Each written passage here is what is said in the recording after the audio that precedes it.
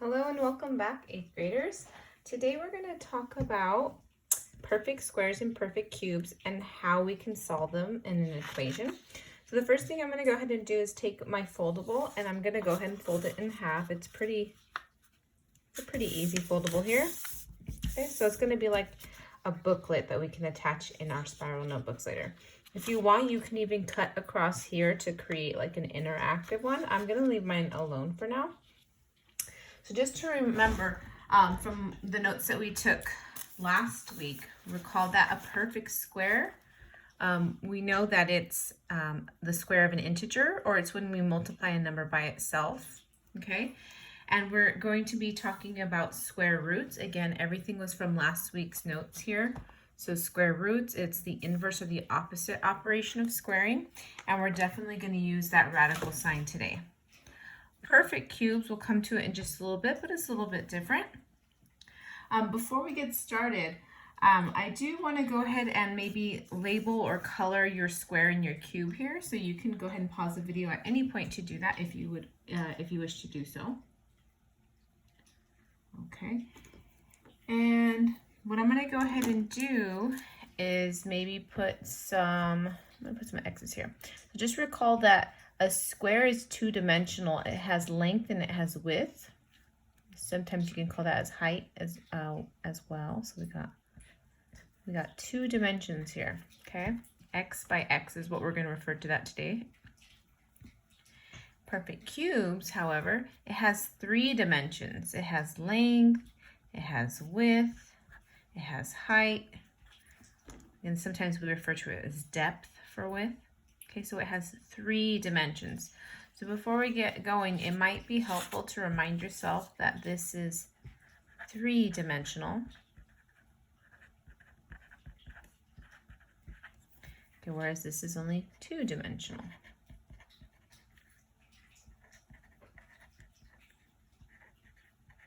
Which is why you're going to see what you're going to see on this next page. Okay? Ooh, equations. So here we have a couple equations here. We now see that it's x squared. Again, we refer to this as square. And it's because a square has two dimensions. Over here, when we see this third dimension, we refer to that as cube or cubed. And that's because a cube has three dimensions. So this is where it's coming from, okay? So right here, I'm going to go ahead and fill in my my little cheat sheet here for my squares. So last week, we would have said, okay, this has an area of 1, this has an area of 4, this has an area of 9. And again, anything I'm using in orange represents perfect square. We have an area of 16 square units. We have an area of 25 square units. Okay, and when we talk about the side lengths of the square or the square root, I usually refer to the blue for this. So what are the dimensions of a square who has an area of 1? We know that that's 1 or 1 by 1. Okay, for 4, we can see that this has the dimensions of 2 or a 2 by 2 square. Here we have a 3 by 3 square, a 4 by 4 square, and a 5 by 5 square. We could go on and on and on. But remember, you do also have this in your notes. Let me see where you're estimating irrational numbers. You have it here in the number lines. You can see that the square root of 1 is 1, the square root of 4 is 2, square root of 9 is 3, so on and so forth. So you have your perfect squares here, and you have your square roots on to the left, in case you need those. Okay, so check out how easy this is. When I'm solving an equation, I want to undo what was done to this. So, for example, when I see this equation right here, this says x was squared. And so I'm going to think to myself, well, what's the opposite of squaring something? The opposite of squaring something is to use the square root. So in equations, what you do to one side, you have to do to the other. So I'm going to use what I call its arch nemesis or inverse operation. And I'm going to square root both the left and the right side of my equation. Okay, what this is saying is, what number times itself is 64? Well, I know that 8 times 8 is 64, so my answer has to be 8. Okay, but remember last week we talked about squares. They can have two solutions. They can have a solution of positive 8 in this case, or negative 8. Okay, again, we can say that's positive 8, or the solution is negative 8. Okay, either one of those is a solution to that equation. Okay, pretty straightforward. So it is not necessary for you to rewrite it, but I like to rewrite my equation before I get started. And it doesn't matter if the constant is on the left-hand side or the right-hand side. It's the same thing. If y was squared, the thing that undoes the square is the square root. So again, I'm going to go ahead and take the square root to both sides. Okay, and I'm thinking to myself, okay, what number times itself equals 144? Okay, well, I know that 10 times 10 is 144, so my answer has to be bigger than 10. Okay, I can also, I can also use my note page from last week to help me determine this answer, and I can see that 12 is the square root of 144. Okay, and some of these problems you just might have to guess and check today. Okay, I know it has a plus or minus value, so I'm going to stick that in front of it, and I'm done. Okay, now example number 3, I can do the same thing here. I see that w was squared. So the inverse or opposite of squaring something is to take the square root. Okay, but when I do that, I know I'm really tempted right now to say that the answer is plus or minus 2 or even negative 2, but remember, you cannot take the square root of a negative number. Okay, if I were to take 2 and multiply it by 2, it's positive 4. If I took negative 2 and multiplied it by negative 2, it's still positive 4. There is no number that is going to produce a negative 4. Therefore, this has no solution. Super sad. Okay, once again, I wanted to sneak this one in here because you cannot take the square root of a negative number. It doesn't exist. We call those imaginary numbers. All right, and our last example here, oh no, a fraction. That's okay. We know how to deal with those. Okay, I'm going to go ahead and start off by taking my inverse operation. I'm going to make a big radical sign there.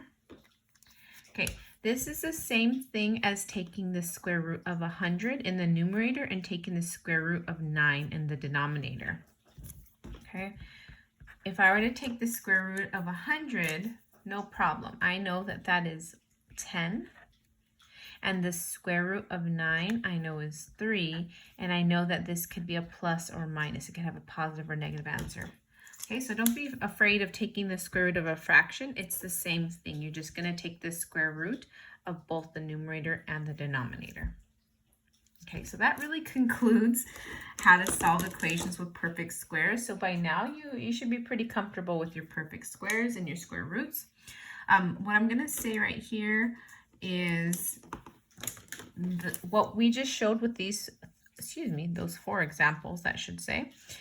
This looks like on Edulastic problems numbers 1 through 14. Oops. Okay, so if you're not quite sure how to approach a problem in numbers 1 through 14, just know that those are all examples of perfect squares or square roots. So you can use these notes to help you out. Anything that I'm about to show you down below, this is Edulastic problems number 15 to 20. And it seems like a lot of problems, but you see how quick they are. Okay, they're very quick recall questions. Okay, so a cube root. A cube root is basically, I just went over here before we get started. I want to talk about what a cube root is basically the inverse. Or again, that means opposite. Okay, it's the opposite operation of a cube. push that over a little bit. So if we take the cube root, it's the inverse or opposite. It's what undoes the cube. Okay, so imagine I had this 1 by 1 by 1 cube. It gives me a volume, not area, but it gives me a volume now of 1. There's only one cube right here on my paper. So the volume is 1. If I were to count all these, 1, 2, 3, 4, 5, 6, 7, 8, this has a volume of 8 cubes. Okay, I have 9 cubes here, 9 cubes here, 9 cubes here. So there's like slices of 9 together. This has a volume of 27. Okay, we got 4 by 4 up in the front. So 16 plus 16 plus 16 plus 16. This has a volume of 64.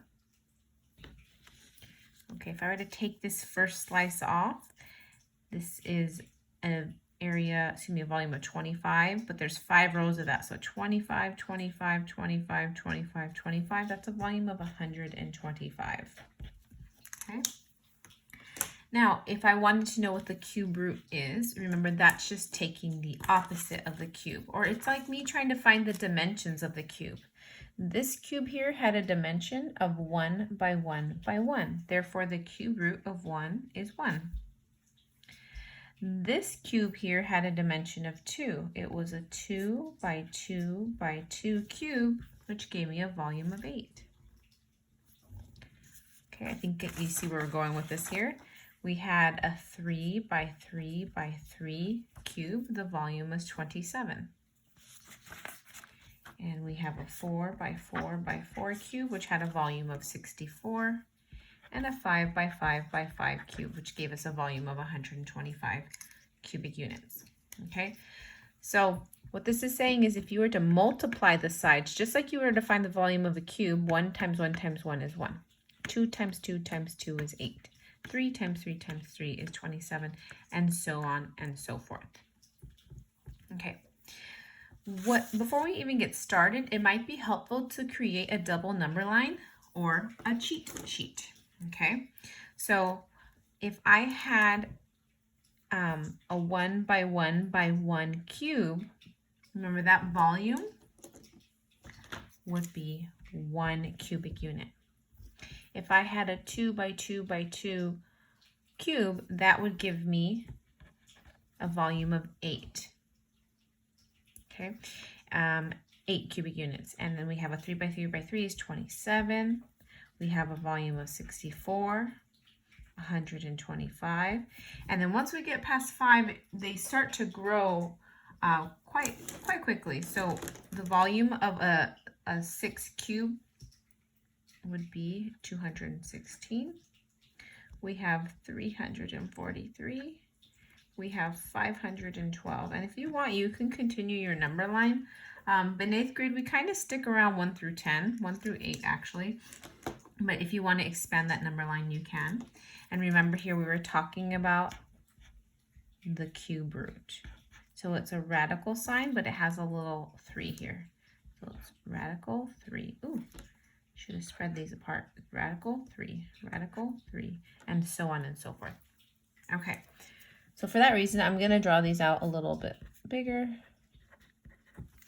Okay, if x was cubed, if someone came by and went x times x times x, the only way to get rid of that is to do the cube root of x. So I'm going to show a cube root here, which is like a radical sign with a 3.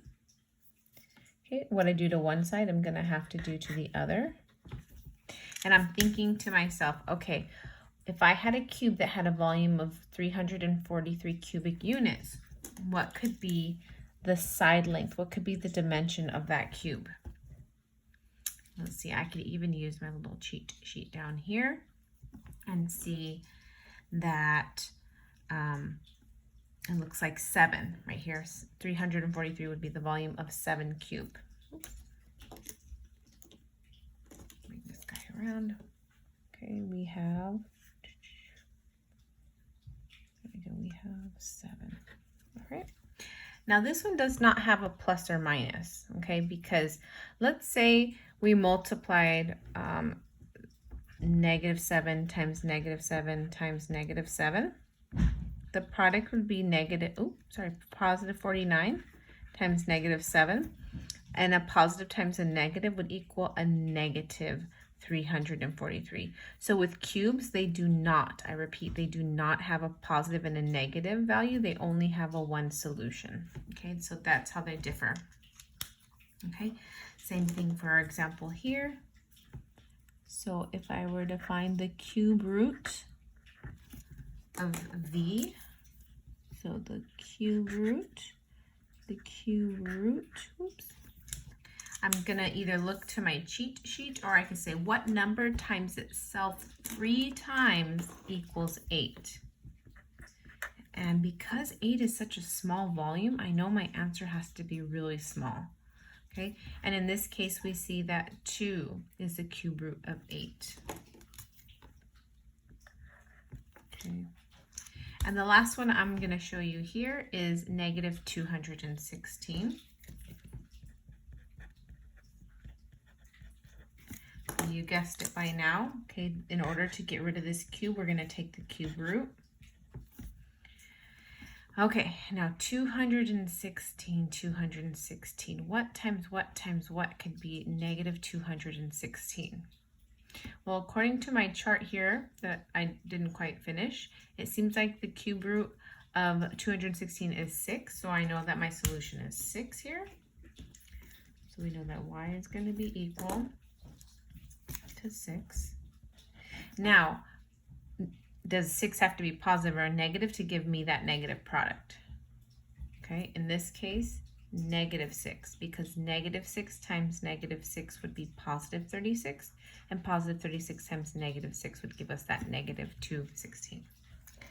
Okay, what I would like you to do is go ahead and try example 4 on your own, go ahead and finish it, and then you can talk to your neighbor and see if they got the same cube root for 729.